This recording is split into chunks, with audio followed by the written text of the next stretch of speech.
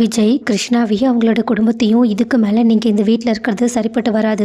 பேசாமல் வெளியே இருக்க அவுட் ஹவுஸில் தங்கிக்கோங்கன்னு சொல்ல, ஆனால் இதை கேட்டுட்டு உடனடியாக சாரதாவும் சரி, காவேரியும் சரி, இவங்களை ஏங்க இங்கேயே தங்க வைக்க சொல்கிறீங்க? தயவு செஞ்சு இவங்களை வீட்டை விட்டு அனுப்பிவிடுங்கன்னு சொல்ல, சாரதாவும் ஆமாம் தம்பி, வேண்டாம், இவங்க இதுக்கு மேலே இங்கே இருக்க வேண்டாம்.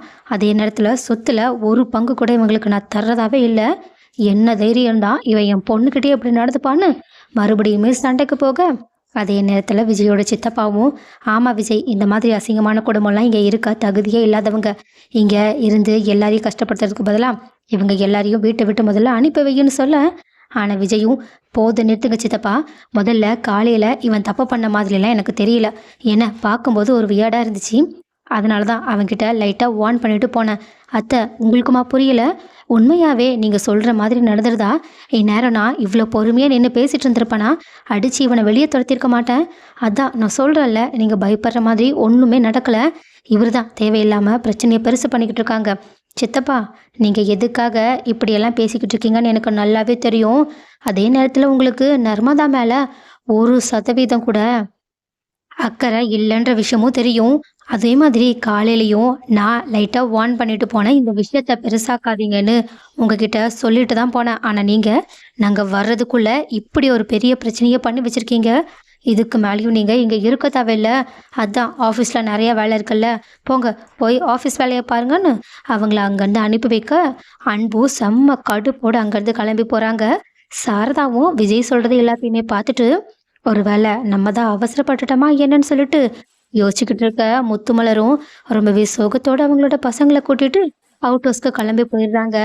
ஆனால் ஆஃபீஸில் இருக்கிற பிரச்சனையை என்ன பண்ணுறதுன்னு தெரியாமல் மேனேஜர் பேசாமல் இந்த விஷயத்த விஜய்க்கு கால் பண்ணி சொல்லிடலான்னு சொல்லிட்டு ஃபோனை கால் எடுத்தா, ஆனால் அதுக்கு முன்னாடியே அங்கே அன்பு வந்துடுறாங்க. அவங்களுமே நடக்கிற பிரச்சனைகள் எல்லாத்தையுமே கேட்டு தெரிஞ்சுக்கிட்டு மனசுக்குள்ளே விஜய் தன்னை அவமானப்படுத்தினதையுமே யோசிச்சு பார்த்துட்டு, இப்போது இந்த பிரச்சனையை எப்படி தான் இவன் சமாளிக்கிறான் நானும் பார்க்குறேன்.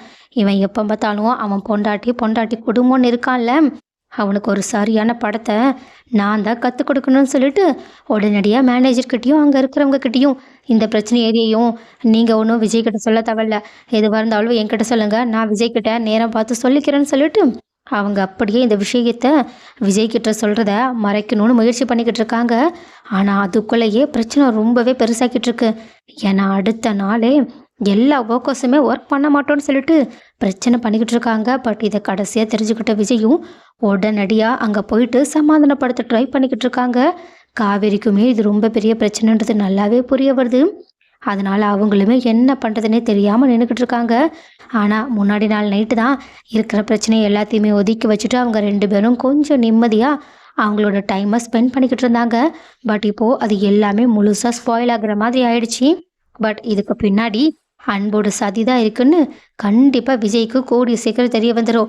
ஸோ அது தெரிய வந்ததுக்கப்புறமா முதல்ல இந்த அன்பை வீட்டை விட்டு அடித்து துரத்திட்டு, அடுத்ததுக்கப்புறமா கிருஷ்ணாவோட குடும்பத்தை சரி கட்டு அங்கேருந்து அனுப்பி வச்சுட்டு இந்த ட்ராக்கை மாற்றினா நல்லா இருக்கும்னு யாரெல்லாம் நினைக்கிறீங்க? அண்ட் ஆல்சோ குமரன் கிட்ட வேற எந்த தகவலும் கிடைக்கல. அதனால நிவினும் விஜய்கிட்ட சொல்லிட்டு நீங்கள் இங்கே இருங்க, நான் குமரனை தேட போகிறேன்னு சொல்லிட்டு அவங்களுமே ஃப்ளைட் ஏறி கிளம்பி போயிட்டாங்க. ஸோ எப்போ தான் நிவின் குமரனை தேடி கண்டுபிடிக்க போகிறாங்க? அப்படி குமரனுக்கு என்னதான் ஆச்சு? இது எல்லாத்தையுமே பொறுத்திருந்து பார்க்கலாம்.